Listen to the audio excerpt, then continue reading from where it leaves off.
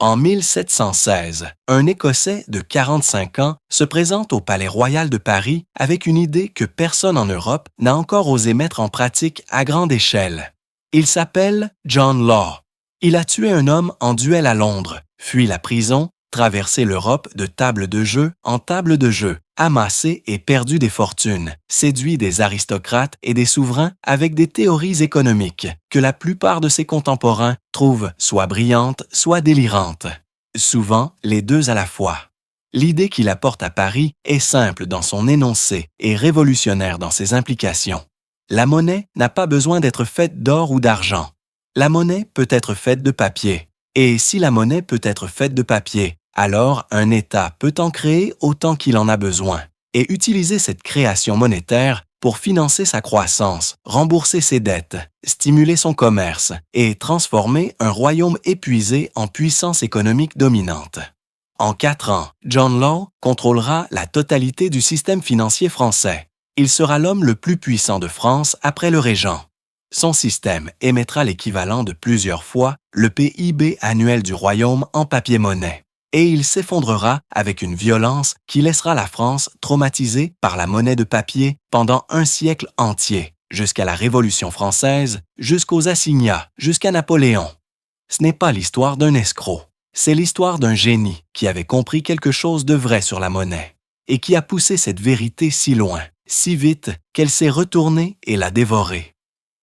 Le 1er septembre 1715, Louis XIV meurt à Versailles après 72 ans de règne, le plus long règne d'un monarque dans l'histoire de l'Europe moderne.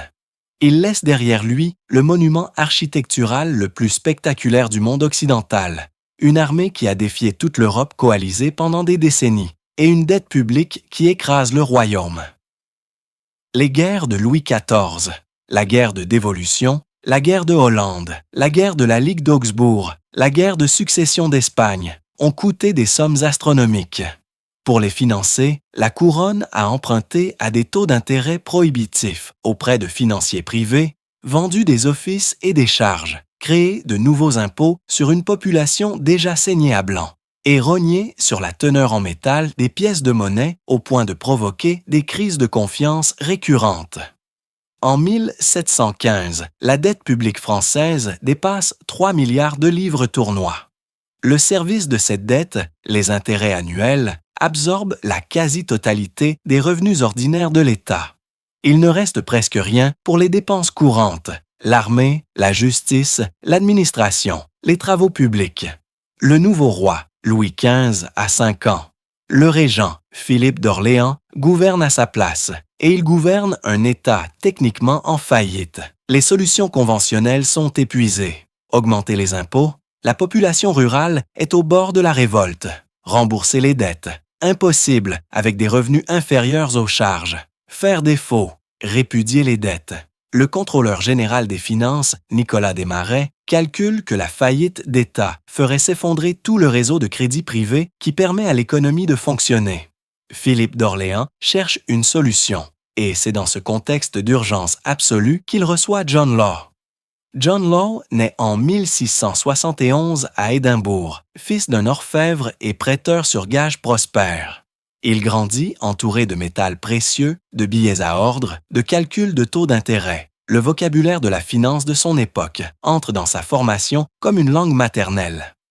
Son père meurt quand il a 17 ans, lui laissant un héritage confortable qu'il dilapide rapidement à Londres, dans une vie de plaisir, de jeu et de séduction. Le jeu n'est pas pour Law un vice, c'est une discipline intellectuelle. Il calcule les probabilités avec une précision que ses adversaires aux tables ne peuvent ne pas égaler, mémorise les cartes jouées, ajuste ses mises selon une logique mathématique qui préfigure ce que le 20e siècle appellera la théorie des jeux. Il gagne plus souvent qu'il ne perd, mais il joue aussi trop gros, trop longtemps, et finit par perdre sa fortune initiale. En avril 1694, il tue Edward Wilson en duel, une affaire de jalousie autour d'une femme. Il est arrêté, condamné à mort, gracié, condamné à nouveau pour meurtre par une cour d'appel. Il s'échappe de prison avant l'exécution. Comment exactement? Les sources ne s'accordent pas. et commence une décennie d'errance à travers l'Europe continentale. Amsterdam d'abord. Lowe passe plusieurs années dans la capitale financière du monde, étudiant le système bancaire hollandais, la Banque d'Amsterdam, fondée en 1609, qui accepte des dépôts en pièces de qualité variable et émet des reçus standardisés qui circulent comme monnaie. Il comprend l'essentiel. La valeur de la monnaie ne réside pas dans le métal qu'elle contient, mais dans la confiance collective que lui accordent ceux qui l'utilisent. Une intuition juste, une intuition dangereuse entre les mauvaises mains. Il passe ensuite en France, en Italie, en Écosse, en Savoie, proposant à chaque souverain rencontré ses théories monétaires, publiant en 1705 un traité intitulé Money and Trade Considered, dans lequel il expose sa vision. Une banque nationale qui émettrait des billets garantis, non pas par l'or, mais par la terre, la seule ressource véritablement stable d'un royaume, permettrait de multiplier la masse monétaire en circulation, de faire baisser les taux d'intérêt et de relancer la croissance économique. Les souverains écoutent, ils trouvent les idées intéressantes, et ils refusent parce que la chose semble trop risquée, trop nouvelle, trop contraire à la sagesse conventionnelle qui veut que la monnaie solide soit la monnaie d'or. Jusqu'à Philippe d'Orléans. En mai 1716, Philippe d'Orléans autorise John Law à fonder la Banque Générale, une banque privée avec un capital de 6 millions de livres, autorisée à émettre des billets de banque remboursables, à vue en pièces d'or ou d'argent. L'innovation décisive vient immédiatement. Philippe d'Orléans décrète que les impôts dus à l'État peuvent désormais être payés en billets de la Banque Générale. Ce décret est d'une importance capitale. Il donne aux billets de l'or une valeur légale garantie par l'État. Les contribuables en ont besoin pour payer leurs impôts, donc ces billets ont une demande structurelle indépendante de la confiance spontanée que les gens leur accordent. Le résultat est immédiat et spectaculaire. Les billets de la Banque Générale circulent avec une fluidité que les pièces métalliques n'ont jamais atteinte. Les pièces sont lourdes, inégales, rognées, de teneur en métal variable selon les émissions. Les billets sont légers, uniformes, facilement transportables et, fait crucial, leur valeur est stable parce qu'ils sont remboursables à une valeur fixe en métal. Dans une économie habituée à des pièces dont la valeur réelle fluctuait avec la teneur en métal que la couronne avait décidé d'y mettre, des billets à valeur fixe et garantie représentent une amélioration objective de l'instrument monétaire. Le commerce commence à reprendre. Les taux d'intérêt, qui plafonnaient à des niveaux prohibitifs, commencent à baisser. Les marchands qui empruntent pour financer leur stock paient moins cher. L'activité économique s'accélère modestement, mais visiblement. Lowe a raison sur l'essentiel. Une meilleure monnaie stimule l'économie. Il a raison sur les mécanismes. Et cette réussite initiale lui donne la crédibilité nécessaire pour passer à la phase suivante, une phase beaucoup plus ambitieuse, beaucoup plus risquée et finalement catastrophique. En août 1717, Lowe rachète la Compagnie d'Occident, une société commerciale moribonde qui possède le monopole théorique du commerce avec la Louisiane française, ce vaste territoire nord-américain qui s'étend du golfe du Mexique au Grand Lac. La Louisiane est, en 1717, une colonie quasi inexistante, quelques centaines de colons français éparpillés dans des établissements précaires, une forêt primaire immense et peu explorée, et des rumeurs persistantes et enflammées d'or et d'argent enfouis dans ses entrailles. Ces rumeurs sont fausses. Il n'y a pas d'or en Louisiane, pas en quantité commercialement significative. Mais en 1717, personne en France ne le sait avec certitude.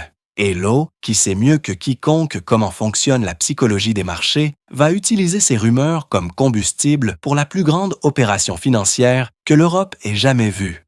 Il rebaptise la compagnie « Compagnie du Mississippi » et entreprend de la transformer en quelque chose sans précédent. Une holding financière qui contrôlerait non seulement le commerce colonial, mais aussi les finances de l'État français lui-même. La mécanique est élégante dans sa conception. Lowe émet des actions de la Compagnie du Mississippi au public. Ces actions peuvent être achetées en partie avec des billets d'État. des reconnaissances de dettes du gouvernement français que les créanciers de l'État acceptent à des prix très décotés parce qu'ils doutent d'être jamais remboursés. En acceptant ces billets d'État à leur valeur nominale comme paiement partiel pour des actions, Law offre aux créanciers de l'État une opportunité inespérée: convertir des créances quasi irrécouvrables en part d'une compagnie prometteuse. L'État, lui, voit sa dette restructurée. Les billets d'État présentés à la compagnie sont consolidés en obligations à taux d'intérêt réduit. La compagnie prend en charge le service de la dette publique. Et en échange, elle reçoit des monopoles commerciaux supplémentaires. Le commerce avec la Chine et les Indes orientales en 1718. Le monopole de la ferme des tabacs. Puis, en 1720, la ferme générale elle-même, le droit de percevoir les impôts indirects pour le compte de l'État. En 3 ans, Law construit un conglomérat sans équivalent dans l'histoire. Une entité unique qui est simultanément la Banque centrale du Royaume, la principale compagnie commerciale coloniale, le gestionnaire de la dette publique et le percepteur des impôts. Jamais dans l'histoire moderne, un acteur privé n'avait concentré autant de fonctions de l'État dans une seule structure. En janvier 1719, la Banque générale est nationalisée et devient la Banque royale, avec Law comme directeur général. Elle peut désormais émettre des billets sans limitation légale stricte. La planche à billets est ouverte. Entre 1719 et 1720, Paris connaît l'une des plus grandes manies spéculatives de l'histoire financière mondiale.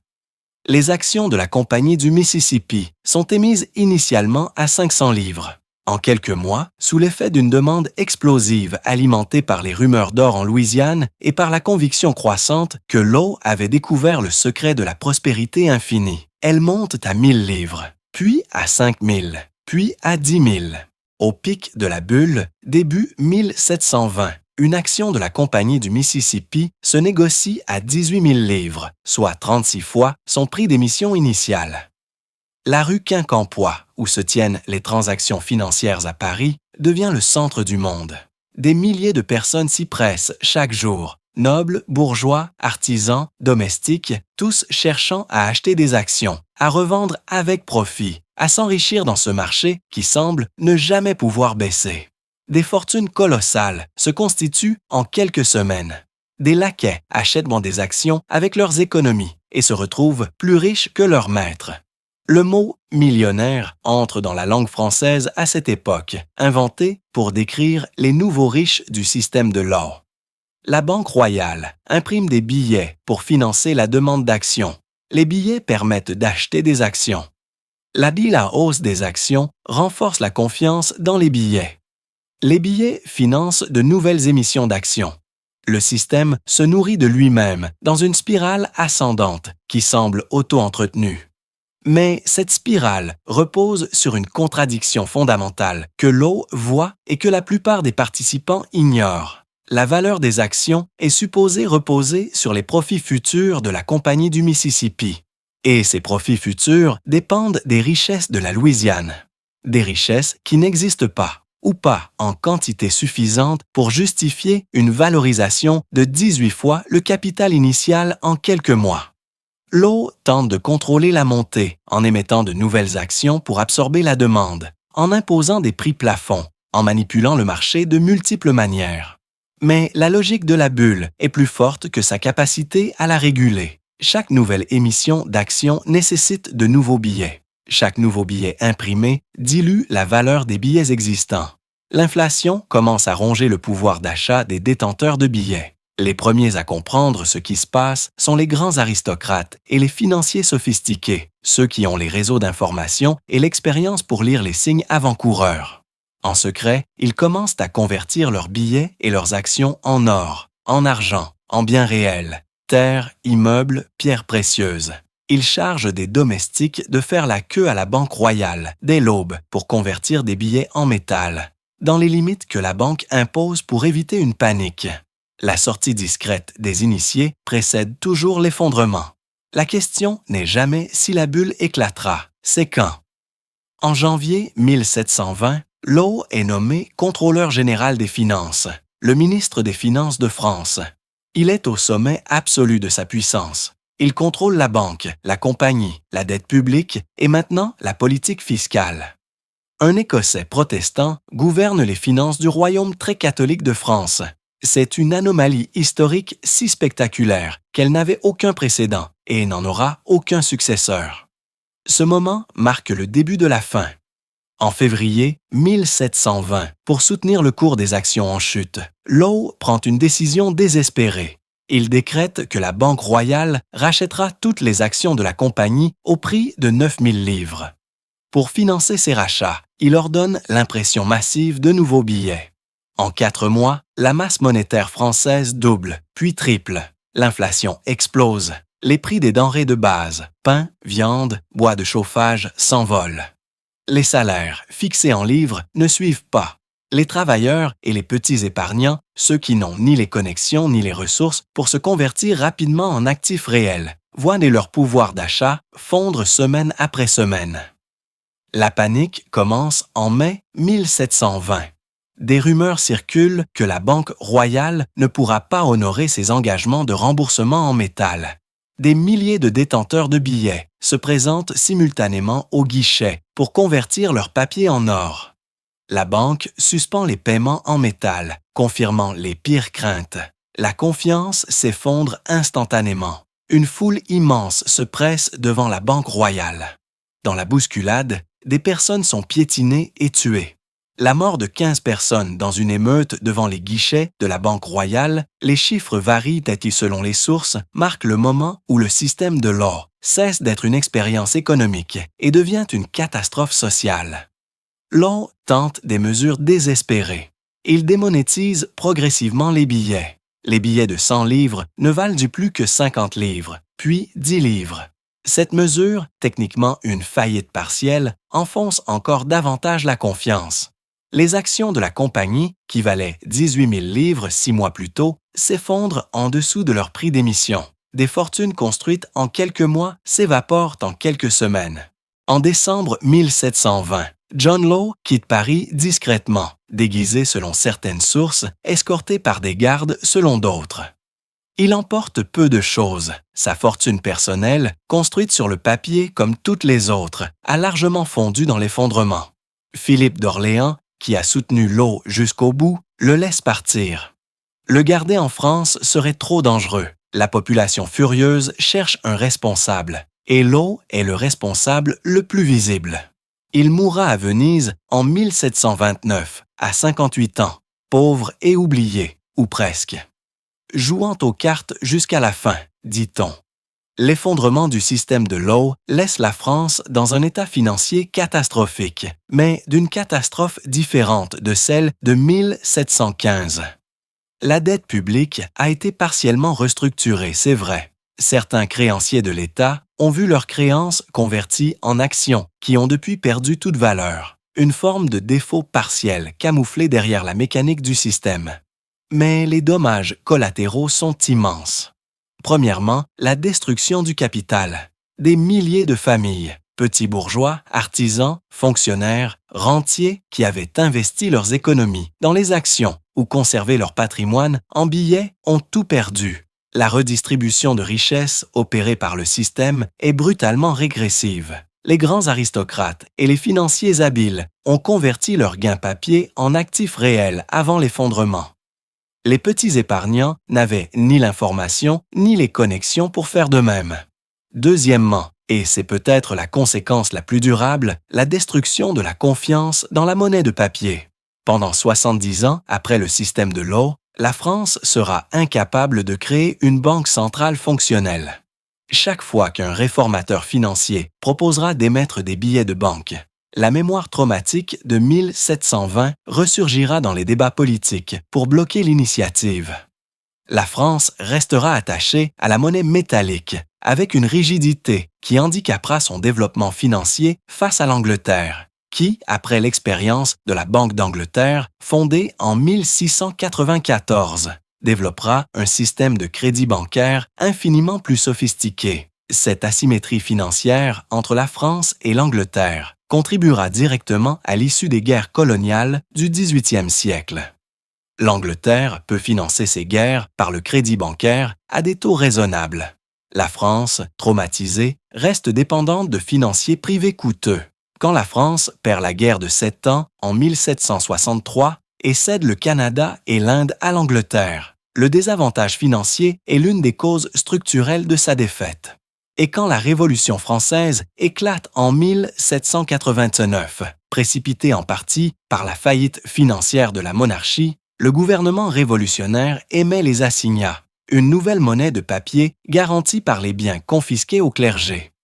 Les assignats connaissent exactement le même sort que les billets de l'or. Émis en quantité toujours croissante, ils s'effondrent dans une hyperinflation catastrophique. La leçon de l'or n'a pas été retenue, ou plutôt, elle a été retenue trop longtemps sous la mauvaise forme, la méfiance aveugle envers la monnaie de papier, et pas assez longtemps sous la bonne forme. La monnaie de papier fonctionne quand elle est ancrée dans des limites réelles et des institutions crédibles. Sans ces limites, elle détruit tout. John Law avait raison sur l'essentiel. La monnaie n'a pas besoin d'être faite de métal, elle a besoin d'être faite de confiance. La Banque centrale peut stimuler l'économie en gérant la masse monétaire. Le crédit peut financer la croissance productive. Ces propositions, en 1716, étaient révolutionnaires et contestées. En 2024, elles sont les fondements de toute politique monétaire moderne. La Banque centrale européenne, la Réserve fédérale américaine, la Banque d'Angleterre, toutes fonctionnent selon des principes que Law avait articulés 3 siècles avant leur création. Ce que Law n'avait pas réussi à résoudre, ou plutôt ce qu'il avait résolu dans la théorie et raté dans la pratique, c'est la question de l'ancrage. Une monnaie de papier doit être ancrée dans quelque chose de réel, pas nécessairement de l'or, mais une limite crédible à sa création. Une institution indépendante capable de résister aux pressions politiques qui poussent toujours vers plus d'émissions.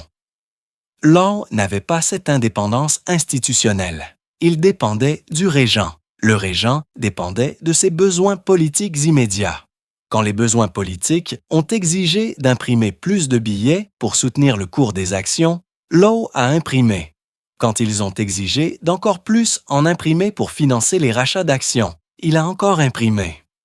La pression politique a détruit la discipline monétaire que le système exigeait pour survivre. C'est la leçon que les banques centrales modernes ont mise des siècles à apprendre, et certaines n'ont pas encore fini de l'apprendre. L'indépendance institutionnelle, la crédibilité des engagements de long terme, la capacité à résister aux pressions politiques de court terme, ce sont ces mécanismes, pas la technologie de la monnaie elle-même, qui déterminent si un système monétaire fonctionne ou explose. John Law a inventé la Banque centrale. Il a aussi inventé la première hyperinflation d'État de l'histoire moderne. Ces 2 inventions sont les 2 faces d'une même médaille, une médaille qui, depuis 1720, n'a cessé de tourner. Un joueur jusqu'au bout,